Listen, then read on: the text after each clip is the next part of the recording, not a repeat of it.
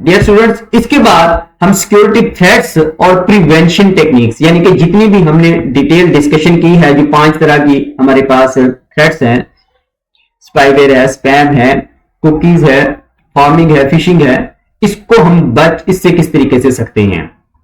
तो यहां पर भी आपको जो है वो ये 5 टेक्निक्स जो हैं वो दी गई हैं कि आप किस तरीके से इन चीजों से बच सकते हैं। तो सबसे पहले टेक्निक का नाम है फिल्टर स्पैम, या स्पैम फिल्टर जिसको बोलते हैं।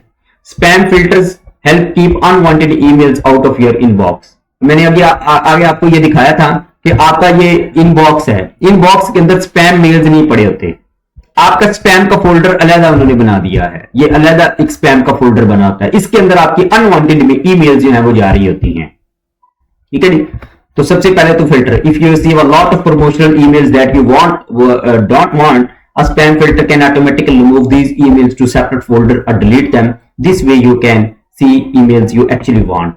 इनबॉक्स के अंदर सिर्फ जो आप वही ईमेल्स आएंगी जो आप देखना चाहते हैं। और ईमेल्स के अंदर भी आगे उन्होंने कैटेगरीज कर दी हैं, ये इनबॉक्स के अंदर भी प्राइमरी को अलग कर दिया, प्रमोशनल को अलग कर दिया, सोशल को अलग, अपडेट्स अलग कर दी हैं, फॉर्म्स को अलग कर दिया, यानी कि डिफरेंट, मतलब ये प्रमोशनल ईमेल जो एडवर्टाइजमेंट्स वगैरह आती है, ये सोशल ईमेल जो आपके लिंक्डइन अकाउंट्स या आपकी वेबसाइट्स या आपके सोशल मीडिया जितने भी अकाउंट्स हैं, फेसबुक वगैरह, उनके मैसेजेस आते हैं। अपडेट्स कोई आपको नई चीज, मतलब कि पहले आपने क्लिक किया और उसको ऊपर नई अपडेट आनी हो, और फॉर्म कोई चीज जो है वो आपने भेजनी हो अपना फॉर्म वगैरह फिल करके, और प्राइमरी जो किसी ने डायरेक्ट आपको जो है वो आपके ईमेल में सेंड की हो।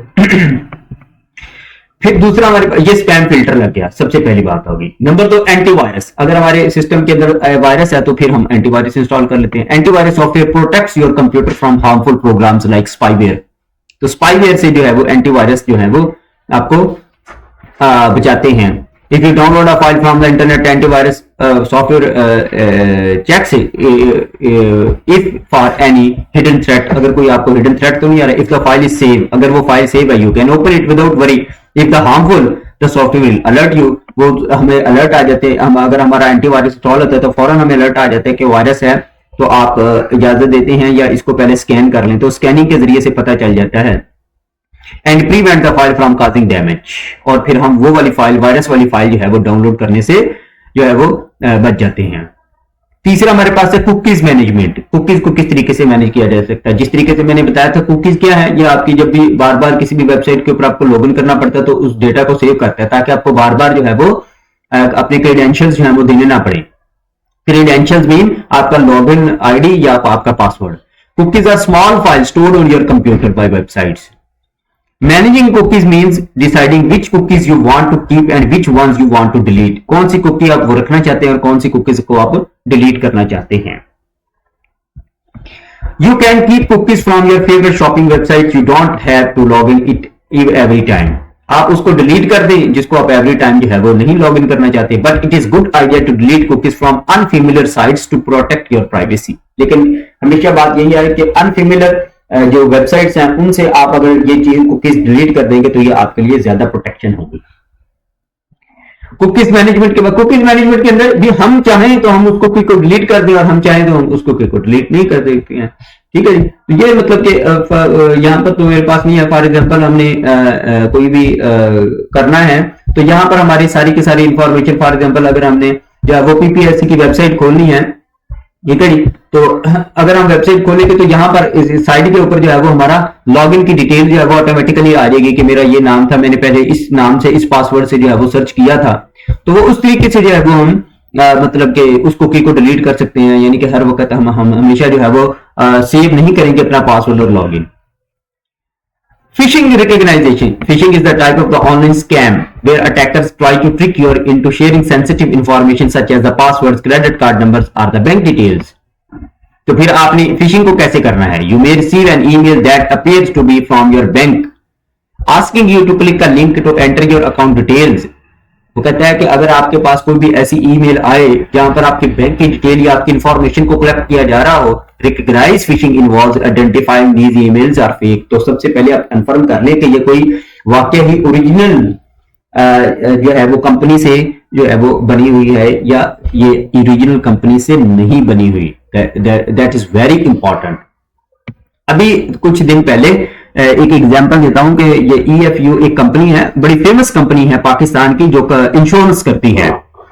उनकी तरफ से मुझे एक ईमेल भेजी गई जिसके अंदर ये लिखा हुआ था कि मेरी अमाउंट जो है वो डिपॉजिट हो गई है, यानी कि मैंने किसी को दी थी और अमाउंट जो है वो डिपॉजिट हो गई है, और उसने बिल्कुल जो रिसीप्ट थी वो वही बनाकर दी जिस तरीके से कंपनी बनाती है।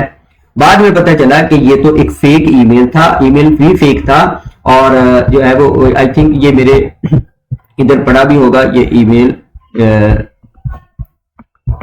EFU